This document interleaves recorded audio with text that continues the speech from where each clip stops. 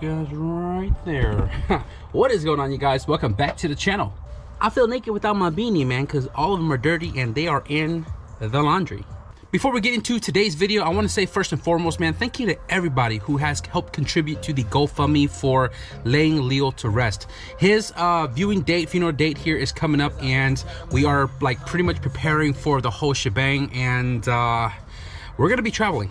We're gonna be traveling to each destinations to follow my boy one last time. Now, me and some of the guys in the community came together to create some merch to help fundraise to help Leo's newborn twins and also the mother of Leo's child. Big thank you and shout out to Slimeball Built and Paul from Fox Design for coming out with a sticker that you guys can purchase on Fox Design's website, link in the description below, and all the proceeds are going to be going to Leo's children. I actually came up with my own sticker as well too. It's a nice little slap sticker that I've been spending days on end, you know, kind of coming up with the idea and bringing it to life. I'm waiting for it to show up, and those are going to be available to be purchased as well too. I think you guys might like it. I know most definitely I got a lot of great feedbacks from it already to those that I've shown, but once they show up, I'll show you guys what it is, and if you guys are interested, I'll leave a contact down below for you guys to hit me up. In the previous video you guys saw, which was the junkyard run, and you guys probably saw the ball joint like stripping out and falling out on me, and just want to give you guys a little update about that. The car was fixed entirely that same day, even though I didn't show it, and the customer came pick up the car. I told him the whole situation. He was cool about it, and car may return for some other work later down the road, but he is enjoying the car now, and all he really need is an alignment, and the thing should be ready to fully enjoy. But today we're going to be working on, I want to say we're working on my brother's car today. My brother's K-swap supercharged all-wheel drive wagon and a little bit of blueberry. My dyno schedule is for tomorrow at 11 a.m. in the morning, and today we're gonna try to get my brother's car situated because he wants to make it onto the dyno as well too. And also, I mean, really not much to do with Project Blueberry other than draining the pump 91 and throwing E85 on it and loading it onto the tow dolly so we can get it ready for tomorrow's voyage. My brother's car has been running fine. He's been driving it every day since the last time we've shown it to you guys, which was the SIR hood. Shout out Slimeball Built. But the car actually broke the clevis at the hydro conversion underneath the dashboard, and I didn't have a spare one lying around, and I don't like the design that was in the car, so I went to O'Reilly's, got me another one that has the clevis that I'm looking for, and may possibly swap out his clutch master while we're at it. I'm not sure, but we'll see how it goes, because I know his clutch master was working perfectly fine before, and it kind of works now. It's just the clevis is broken and I need to change that out. But aside from that, we're going to change the supercharger pulley, find the correct belt, get that thing ready to make some more boost for tomorrow if we make it, which I'm probably crossing fingers that we make it, because I think you guys would like to see that car wind up the RPMs, right? So without talking you guys' ears off, let's get to work. Hey Slimeball, look what I got. Ready to make its way down to LA to you, brother. Sheesh. Fugan. Sheesh. I'm gonna set that right there. Fiberglass hood. OEM latch has been on for, I don't know, a week or so now. No problemo. So a lot of you guys were wondering why my brother's car looks like it's freaking lifted, right? It is. It was lifted. It was lower over the tire, and the reason for that is because if you guys haven't paid attention to the other videos, when it was lowered, he hit his oil pan and cracked the hell out of it. So I cleaned it up, I plated it up, and I welded it back together, and he lifted the car up to prevent it from happening again. Granted, K20 supercharged 1-inch drop kit right there, and the oil pan sits really low. So that is why the car is 4x4. But I think what we're gonna do is we're gonna downsize the 15x8 aggressive offset. I don't know what this is. This might be 15 or 20, but it is sticking out kind of far. We're gonna get rid of the 195s to put on probably 205s or 225s, depending on what wheel he gets and the offset, to ensure that it won't poke like this. So that is why the car is super high. And let me grab the flashlight and show you guys the clevis that's messed up underneath the dashboard. I want to say this is like the third hydro conversion I've ever built before all the other cars got the same treatment. Why spend the money if you can make it? So if you look, DIY, I made this. I even added that leg on the top right there to keep it from flexing, and this thing has been in the car since 2017 when I key swapped it. So going further over here, if you can see, if I can see,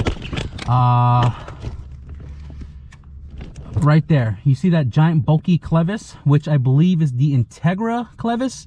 The EG is a little bit different, but if you look, it is punctured into the pivot point.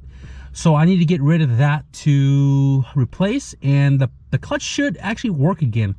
But this was the reason why he couldn't drive or put it in gear, because it is super duper slanted up in a way that it's not supposed to. Can you guys see that? Because I can't. Where is it at? Somewhere there. Somewhere there. Yeah, that looks pretty bad. So I'm gonna go ahead and pop that off. So it just occurred to me that I did actually swap his clutch masters before. It literally looks new down there, but yeah, if you look at this clevis, it's destroyed. He does have the Action Stage 5 clutch, which has a 6-puck sprung disc with a heavy-duty pressure plate.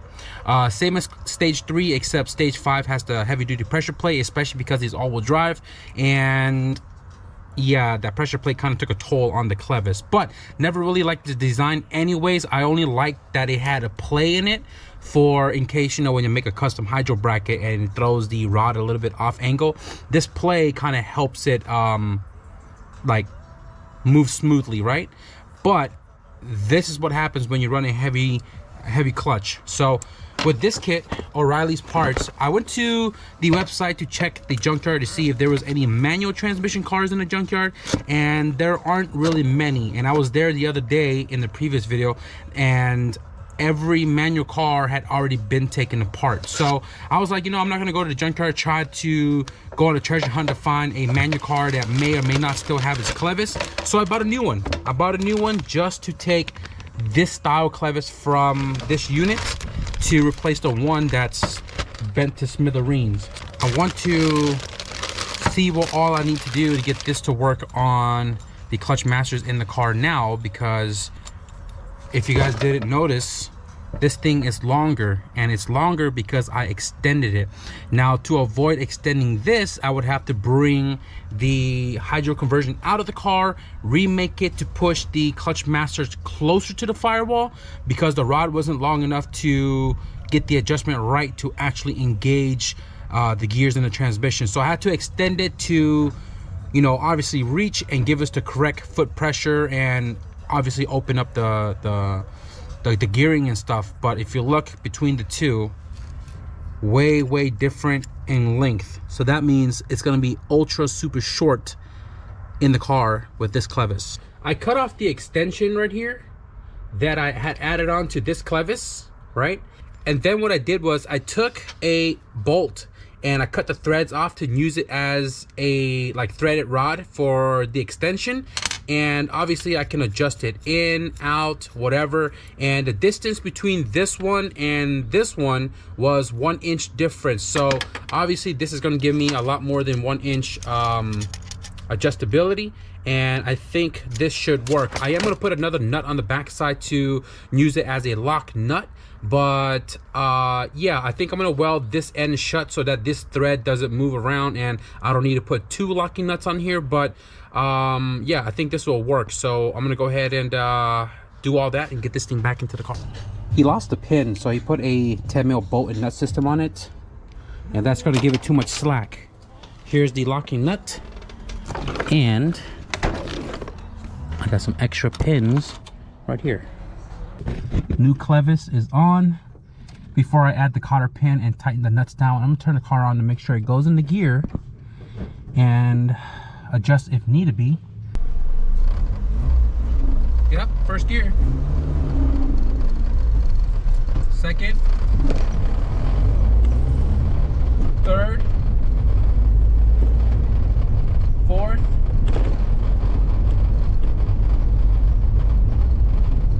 Fifth.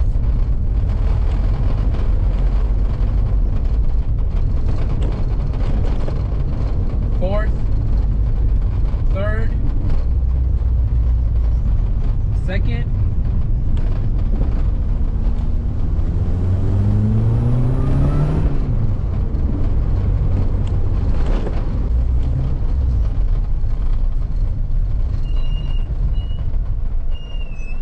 That's the Hawk HP Plus pads, squealy. Be up first gear.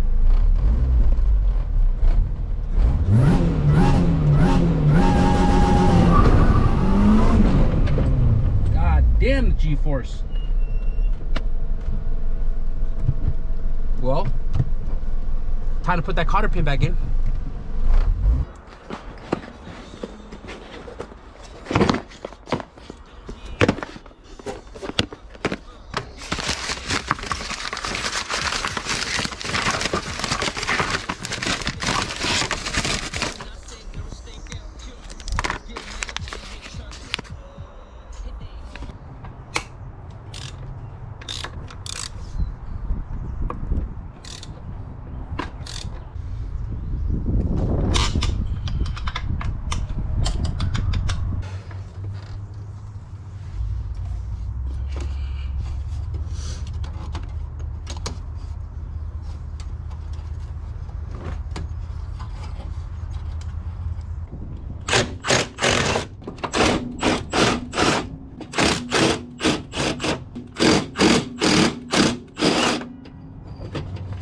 Okay guys, so old pulley, new pulley. The old pulley is almost three and a quarter, right? And this thing was, I believe, 3 or 4 pounds of boost, and the car made like 260, a little under 270 in 2017 when it was tuned by LDL. We're gonna be switching over to the 3 and a quarter pulley, and according to Merc Racing, this is like a 10 or 11 psi. And because this is going to be in the 10 zone, we did get the Hyundai 4-bar map sensor as well, and we're going to change this on the dyno when this car gets tuned. Right now I'm just going to leave it alone because I don't want to get into the map right now with the laptop and all that. So simple enough, we're just going to go ahead and bolt this one back up. Just a 4 12mm bolts that we took off, and I want to say with the tensioner looking like it maxed out already, we might need a new smaller belt.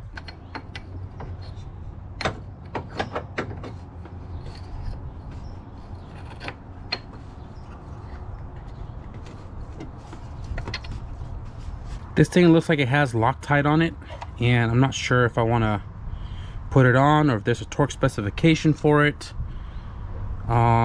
Maybe blue. I'll just do blue Loctite.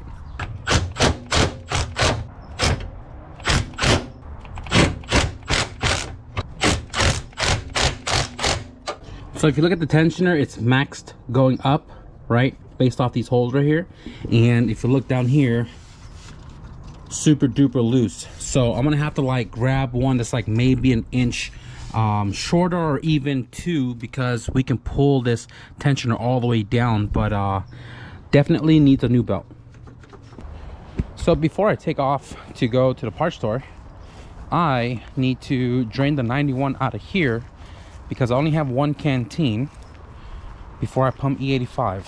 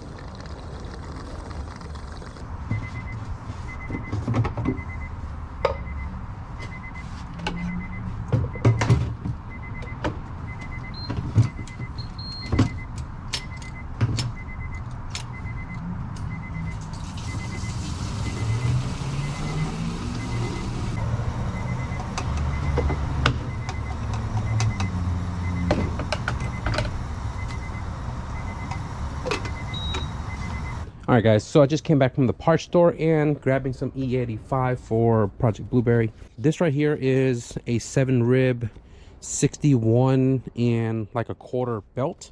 and this was on the car since 2017. It did have a different belt because the car we pulled the engine and supercharger from had the AC system and he doesn't. So they couldn't find a 7 rib, but they got me a 6 rib 60 3/8, and this right here should fit. And I have the tensioner all the way down, so that way we can adjust going up to tighten it up as much as we need to. And his hood is closed. Okay, so took me a little while. I had to go back to my video from 2017 to figure out the belt routing because I forgot. But we got the belt on, the 60-inch belt, and I didn't have to like pull the tensioner up. I left it at the bottom maxed out and pull the stock tensioner to tension it up. And the tension, perfect, not too loose, not too tight. And that is that. So the only thing really left for this car is the map sensor, which, like I said, we're gonna probably take care of it on the dyno instead of doing it now because I don't want to log into my laptop and all that. But I don't know, there's a map sensor here, and oh, there's a map sensor down low. Didn't even notice that. Oh, okay, well, anyways, yeah, so this thing is pretty much ready to rock and roll. So what's left right now is just to throw the E85 in Project Blueberry, and I need to go pick up the tow dolly so we can load it up tonight and not have to do it tomorrow morning, so we can just wake up, warm up, and take off. So E85, let's go. On Hunter's map, his car is tuned on E85, and all he really did was adjust it for the 1500cc, and pretty much he pulled back timing and stuff like that and disabled boost solenoid because, you know, obviously he's tuned on like 1000 psi and I'm just, you know, off the race gate right now. So the car should technically start with the E85. The car idle's rich, the car wide open throttle is super rich, so I'm hoping that with the E85 it should kind of help the AFR a little bit, but it wouldn't matter because we're switching out from the K Pro to K Tuner, and I don't know why I even opened the hatch. But anyways, let's go ahead and just pour this E85 in here and make sure this car turns on so we can drive it up the dolly.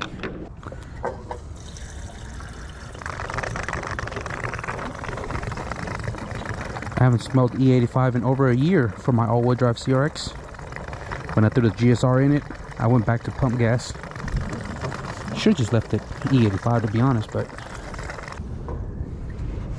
6.1 gallons of E85. Yes, sir. The car should turn on because the line is filled with 91, or at least the last of it, but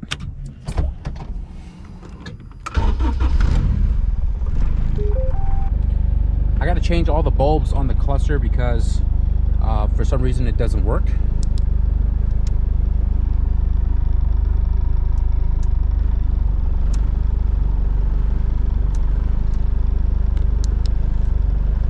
But yeah, I mean, the car turns on. That's all we really needed to do.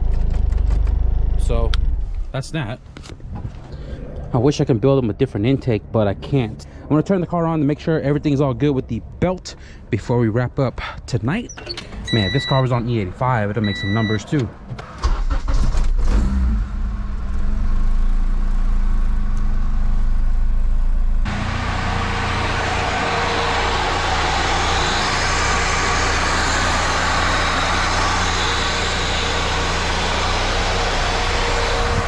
I'm not going to show you guys me picking up the trailer and loading up Project Blueberry. I just want to get it done and out of the way because it is about, oh wow, it's 10:30. So I just need to get it done. Right now I need to go get the battery, put it on the trickle charger, and I'm going to take the Odyssey to go pick up the dolly right now. But throw the battery on the trickle charger so it's ready for Big Bertha tomorrow. I am going to wrap up the video right here though. I hope you guys enjoy a little bit of updates with my brother's car. It's going to be on the dyno tomorrow, pump gas, supercharger, hopefully 10-11 pounds, and I'm really excited to see what it'll do. On top of that, Project Blueberry is going to be on the dyno as well too. E85 K24 turbo on K Tuner. If you guys want to stick around and see all of that good jazz, be sure to hit the subscribe button. But with that being said, thank you guys for watching, and I'll see you guys in the next video. Peace.